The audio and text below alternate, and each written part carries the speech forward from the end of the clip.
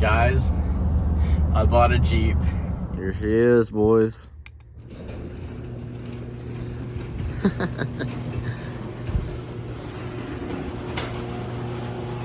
This thing's absolutely huge.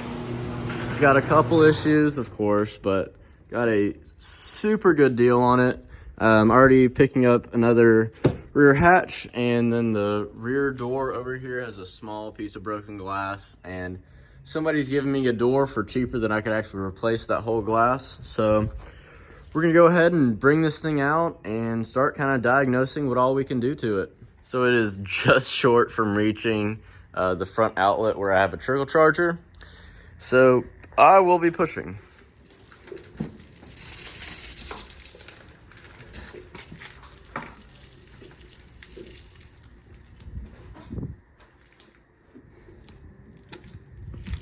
All right, we have it hooked up to the trickle charger. But I guess while it's sitting here, I can kind of go through and talk about it a little bit. And before y'all come at me for my voltmeter and my trickle charging setup, it was originally at 1.2 volts, and after just sitting here for about 5 minutes, we're now reading 4. We can see it going up, honestly, fairly fast. So, yeah, not bad. Start this old girl up. Guess not. Okay. Shit. That's some fucking power. Just to all the wrong goddamn things. Shit. I'm shitting my dick. There we go.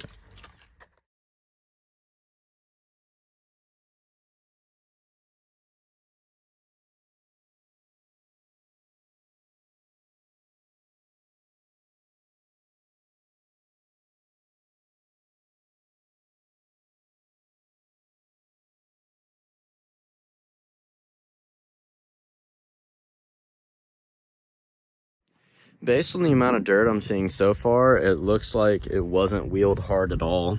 I mean, you can see, like, it looks like some mud might have been splashed up, but, I mean, if you live on a dirt road, like, normally you would see a ton of mud down in, like, the frame rails and stuff, or, I guess it's a ZJ, so technically not frame rails, but the channel right there, you would see mud down in there, and that seems very clean. And just typical locations where you would find like big chunks of mud, like well, this side has like a fender liner, but like even up in there, like that's the amount of mud that's there. Like there's not very much. Most of the modifications on this just kind of look cosmetic. Like they trimmed it so they could fit 35s. This is a new axle, which means that I guess it did break an axle. So it's been off the road before, but based on the way it handles, I don't think it has lockers. But it's got these 35-inch tires. They're 35 by 12 on a 16. And it looks like, I can't tell if that's bubbled out or not. I think it's okay. But yeah, I mean, it's got, these are Bilsteins in the front, but it just has like, I think they're either factory or ranchos in the back. But like, even right there, like there is some dirt right there, but there's not a lot, and I haven't cleaned anything with the back. But now if we look actually underneath, they did install a muffler and just put it straight back at the exhaust tank, which I don't like. It's got brand new axle shafts. They scraped this up. The way they welded this muffler on literally hits the drive shaft, but you can see like there, that's even still got the sticker. That looks brand new. And they've got a new one in the front as well, but it has dirt dauber nest, which means, to me, it means hasn't been used. I mean, even water would knock that off, but yeah, there's like dirt dauber nest on the axle shafts. They were all over inside, so that pinion does leak, but the bearing or the bushing itself doesn't move at all. So I think that the axle itself is good and the pinion's good. I think that it just blew the seal out.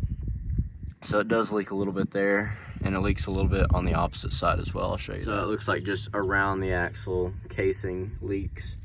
But they just didn't seal it right or whatever, but it does leak there. Now if we go underneath the other side, we see the T-case has leaked pretty bad. So I ordered a new seal kit, and then just some new, it takes ATF. It's a different kind of ATF, but it takes ATF. And transmission is fine. The engine leaks a little bit of oil out the back, but not terrible. But we can fix that up. But yeah, right now what I'm doing, most of the reason I'm spraying this off right now is just so that I can have a baseline of the issues I caused and the issues that were there before. Because right now, I know that the T-case either leaks or did leak, and I know that the engine either did leak or does leak. Trying to see if it's issues that need to be fixed or issues that have already been addressed, because this has been through a couple of owners in the past few weeks, I know for sure. But you can see that has obviously leaked out of that pinion, but they replaced the drive line. So I need to know if they replaced anything internally as well, or if I need to do new seals, new everything else with that. Now on this cross member, I can't tell if that's actually bent out or if that's how it comes to clear this drive shaft, but it's bent in right there at the top. But it seems, I don't know, it's a little bit bowed out, but also this cross member only came with 2 bolts in it. So I went and replaced, it had 3 bolts in it. It had 2 on this side, 1 on the other, and I replaced the other bolts over there. But I don't know if that was in an impact. I know it has a salvage title, but overall, I mean, I'm not too worried about it. It's got the Dana 44A, which is aluminum, which means that you can kind of see the color change right there, and this whole housing right there is aluminum. And it's got a Dana 30 in the front, and it's the low pinion. I think that the XJs have the high pinion, but I shined this up, and I guess that's from factory. I thought that they were straight black, not silver from factory, but I do believe it doesn't seem any thicker or anything like that. But I guess we'll have a look when we pull it all apart. But it's a low pinion 30. I believe the XJs come with a high pinion, but I'll show you that in just a second. Yeah, you can see it comes in at the bottom there. But one thing that really differentiates this from an XJ is this drive shaft and then the actual axles themselves. That is supposed to be a U-joint, and that is supposed to be a U-joint, not a CV. So I'm picking up some spare CVs this weekend as well, and so I'll probably run it with CVs just until they break, and then I have the spare set, and I'll eventually get some. I'm planning on changing this out, so I'm trying not to spend too much money just upkeeping this one. But I do want to change it either to a high pinion 30, a 44, or just, I don't know, I think there's a Ford axle. I know the 8.8's for the rear, but I don't know. We're looking around for different axle options for the front. If you have any suggestions, I'm up for pretty much anything. Budget is pending, but it'll eventually, my thought is it'll eventually have 1 tons and lockers. My thought with this is doing a lunchbox in the front. I'm not sure about the rear, because I'm not sure if I want to keep the 44A or if I just want to go ahead and sell that and get either an 8.8 from a Ford Explorer, or throw an actual Dana 44 in that has a lot more aftermarket support for it, because the 44A is a lot bigger housing and a lot bigger pinion. I don't know if this is true, but I was told that the pinion gear in these Dana 44As are actually larger than the pinion gears in a Dana 60. That is the pinion, not the ring and pinion. The pinion ring is smaller than a Dana 44. I believe that it's 8.9 in a Dana 44, and I think it's 8.6 in this. I don't know the exact sizes, but I know that it's a little bit smaller in this. But the housing itself seems huge. We're losing a ton of ground clearance to that. And only being on 35s, I don't know how it will hold up. I guess we'll see. But the other thing that was strange, this came with the wrong size bolts in the bottom of the shot. So somebody has either broken or taken off a bolt, and they put, it's supposed to be an M12, and I think they had like an M6 or an M8 holding this side on. And so I just went to Lowe's and got some new ones. And I'll show you why I replaced that cross member bolt. I replaced both of them because what's another $3, but yeah. There was only the one in the rear to my left. So I finally found a practical reason to lift. This is the cross member on my Jeep. It is holding up my T-case, transmission, and some of the weight off of the motor is on this. So I'm gonna set this over here and I'm gonna push it back into place. I have no idea if you can see me or not, but 3, 1.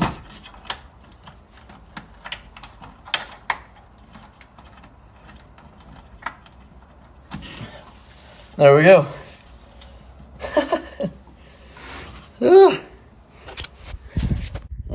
But yeah, I'm not sure exactly the lift height. I know that it's probably, I know there's a spacer there that's about an inch. That's an inch spacer on top of there, but it's also got just like an, I don't know.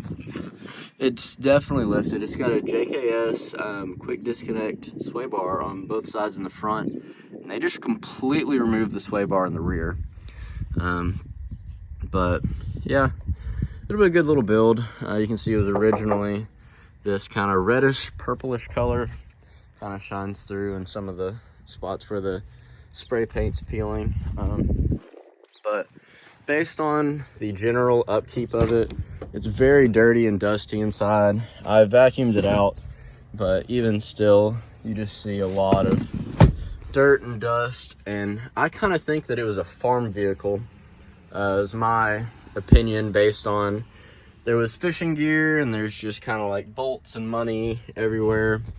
And I vacuumed it out pretty much the best I could. It had broken glass absolutely everywhere. So it'll be nice to have not that. Yeah, even, I guess it still has child lock. I didn't realize 96s had that. I thought that was more modern, but yeah, you can see this is kind of what the carpet looks like. I'm thinking about just pulling all of it. I already pulled it from the rear because it had glass all in it and it was wet and mushy from where it rains through that back glass, but pretty much all of it is just this kind of gross, I don't know. I feel like that's gonna just hold mud and smells and stuff. So eventually I'll get around to pulling it and probably bedlining at least. I'll probably bedline up here, just kind of talking right now. I'm not really sure, but I'm gonna get some seat covers. It didn't come with a radio thing in the middle. You can see the dash has been completely dismantled. But I mean, leather seats, the leather in the back's really nice, honestly. That of course could use like re-cushioning or whatever, but it's just me sitting there and I don't really mind. This doesn't close for whatever reason, but electronically, like, everything works. It's got AC. I believe it has heat. I know it for sure has AC because you can hear the pump kick on. But yeah, overall, gonna be a fun little build. Got it decent price and cheap enough where I can start building on it and at least get it to a trailable position. So hopefully we'll take this out in the next couple weeks.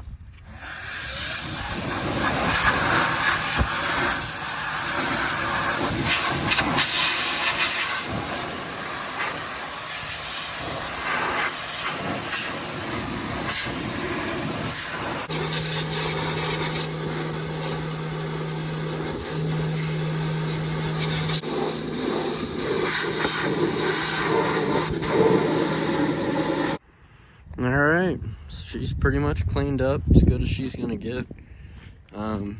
Honestly, I was impressed, but looks a lot cleaner. No more just diff fluid everywhere. Or the T-case, I think, looks really good now, especially compared to what it started as. And we're gonna pull it to do all the seals so we can fully clean the front and back of it then. But honestly, like, it's got a little bit of dirt, but it's super clean. I really think that this was just some kid built this to look nice. I love that, how pretty that turned out. Hate that it's a 30, but yeah, honestly turned out really well. No rust spots or anything, which I'm a little surprised about, but yeah, get to kind of continue my tour. But you can see the carpet's definitely kind of matted, but the back of it, I've already got camping stuff set up in here. You know, I've got coolers, but I pulled the bed, or the all the carpet and insulation out of here. Didn't make it any louder than I noticed. And but keeping all my tools, I'm obviously using them, so they're a little all over the place currently, but overall I think it's a pretty good buy, pretty clean build. Definitely a good framework for a off-road rig. So I'll keep you guys updated on what all we do, and this thing's literally just paying for itself. You're kidding me. That's one of them good mud holes. That is awful. It's chocolate milk. That is is Hershey's syrup. That is Hershey syrup right there. It's got the Hershey squirts. Ugh. Golly. Let's set that there.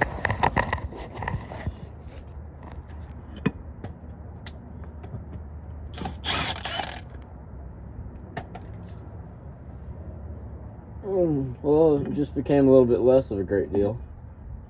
I still think you got a good deal on it. It's just gonna make... From 92 and up, have 23 spline input transfer cases.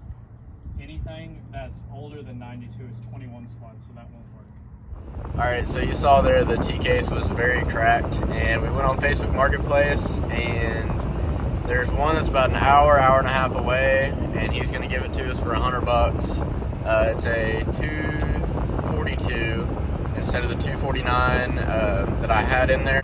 So it'll be two-wheel drive, and then it'll have 4 high, 4 low, and it'll have like an all-time 4-wheel drive, which is like how my Jeep is now. So it'll be a little nicer to give me that 2-wheel drive option. And probably not throwing it in tonight, but will be pretty soon, because that T-case is really bad. I just go up back and steal it. Just take the Jeep with us. Alright, so we just got back to the house. It's like 12:30. We met this nice old man in, I don't even know, middle of nowhere, Arkansas. It was like an hour and a half away, like I said. But so we got not new, but we got a 242 T-case. He gave us some wheel spacers. He gave us drive shafts. I don't know if they work or not, but I have them. And he also gave my buddy a windscreen for his motorcycle. Just threw it in, and he tried to get us to get some Dana 30 front axles that are actually like the CV shaft, because it came off an XJ, not a ZJ like I have. So mine are the CV axles like I showed you. His were the actual like U-joint. It's a U-joint. But his were actually like in good condition and stuff. But I figured I'm getting some extra spare axles like literally in 2 days. So if I break a CV, I mean, it's not the end of the world. And I mean, worst case, I just change the whole axle, because I mean, that's the plan long term anyway. So, but yeah, so that's what we got going so far. And it decided that the battery was gonna go completely out. Like, it read 1.5 amps. No, my bad. It read 1.5 volts. And so that thing's dead. It doesn't hold a charge. And whoever did the wiring job to this thing, oh my God, it's gonna be a nightmare. Just randomly cut wires, like even in the cab. Like, I pulled off like the like the flip down visor, because they were literally like had changed color from smoke. So like when you flip the light up, you can see it was originally white, and these things were like black.